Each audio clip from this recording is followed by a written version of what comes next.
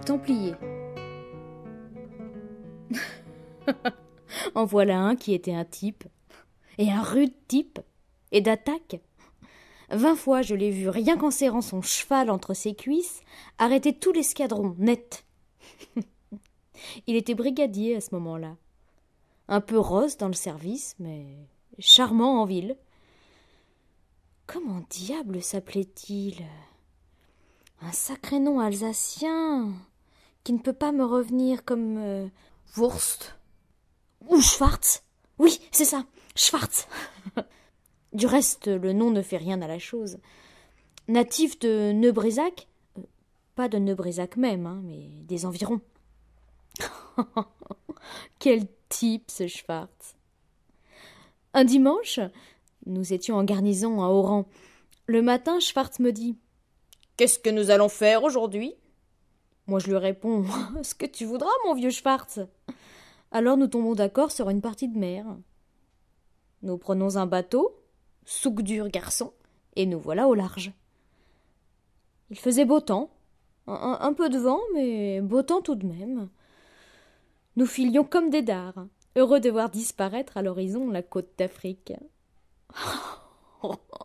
Ça creuse l'aviron, nom d'un chien, quel déjeuner! Je me rappelle notamment un certain Jean Bonneau qui fut ratissé jusqu'à l'indécence. Pendant ce temps-là, nous nous apercevions pas que la brise fraîchissait et que la mer se mettait à clapoter d'une façon inquiétante. « Diable !» dit Schwarz. « Il faudrait… » Oh, en fait, non. Ce n'est pas Schwarz qui s'appelait… Il avait un nom plus long que ça. Comme qui dirait… Schwarzbach. Va pour Schwarzbach. Alors, Schwarzbach me dit… Mon petit, il faut songer à rallier. Mais je t'en fiche de rallier. Le vent soufflait en tempête. La voile est enlevée par une bourrasque. Un aviron fiche le camp, emporté par une lame. Nous voilà à la merci des flots.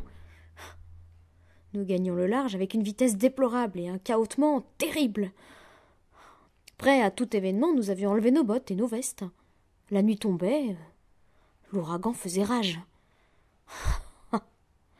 Une jolie idée que nous avions eue là, d'aller contempler ton azur, ô Méditerranée. Et puis, l'obscurité arrive complètement. Il n'était pas loin de minuit. Tout à coup, un craquement épouvantable. Nous venions de toucher terre. Où étions-nous? Schwarzbach, ou plutôt Schwarzbacher, car je me rappelle maintenant, c'est Schwarzbacher. Schwarzbacher, dis-je, qui connaissait sa géographie sur le bit du bout des doigts, les Alsaciens sont très instruits, me dit « Nous sommes dans l'île de Rhodes, mon vieux. » Est-ce que l'administration, entre nous, ne devrait pas mettre des plaques indicatrices sur toutes les îles de la Méditerranée, car c'est le diable pour s'y reconnaître quand on n'a pas l'habitude. Il faisait noir comme dans un four. Trempés comme des soupes, nous grimpâmes les rochers de la falaise.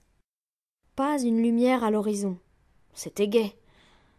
« Nous allons manquer l'appel de demain matin, » dis-je, pour dire quelque chose.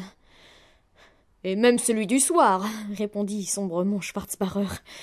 Et nous marchions dans les petits ajoncs maigres et dans les genêts piquants. Nous marchions sans savoir où, uniquement pour nous réchauffer. « Oh !» s'écria Schwarzbacher. « J'aperçois une lueur. Vois-tu là-bas » Je suivis la direction du doigt de Schwarzbacher et, effectivement, une lueur brillait, mais très loin, une drôle de lueur. Ce n'était pas une simple lueur de maison, ce n'était pas des feux de village, non, c'était une drôle de lueur. Et nous reprîmes notre marche, en l'accélérant. Nous arrivâmes, enfin.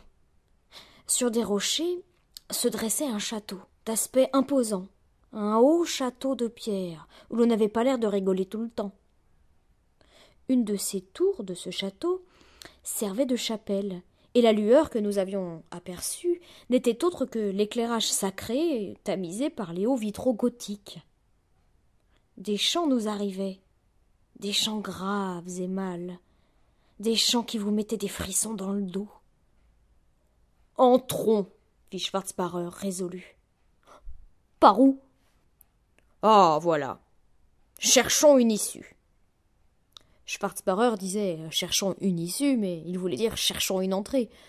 D'ailleurs, comme c'est la même chose, je ne crus pas devoir lui faire observer son erreur relative, qui, peut-être, n'était qu'un lapsus causé par le froid. Il y avait bien des entrées, mais elles étaient toutes closes, et pas de sonnette. Alors c'est comme s'il n'y avait pas eu d'entrée. À la fin, à force de tourner autour du château, nous découvrîmes un petit mur que nous pûmes escalader. Maintenant, fit Schwarzbarer, cherchons la cuisine.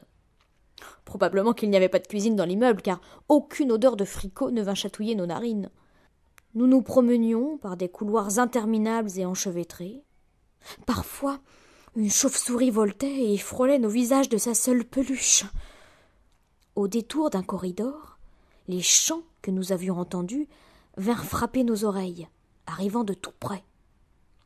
Nous étions dans une grande pièce qui devait communiquer avec la chapelle. « Je vois ce que c'est, » fit Schwarzbarer. Ou plutôt Schwarzbarermann. Je me souviens maintenant. Nous nous trouvons dans le château des Templiers.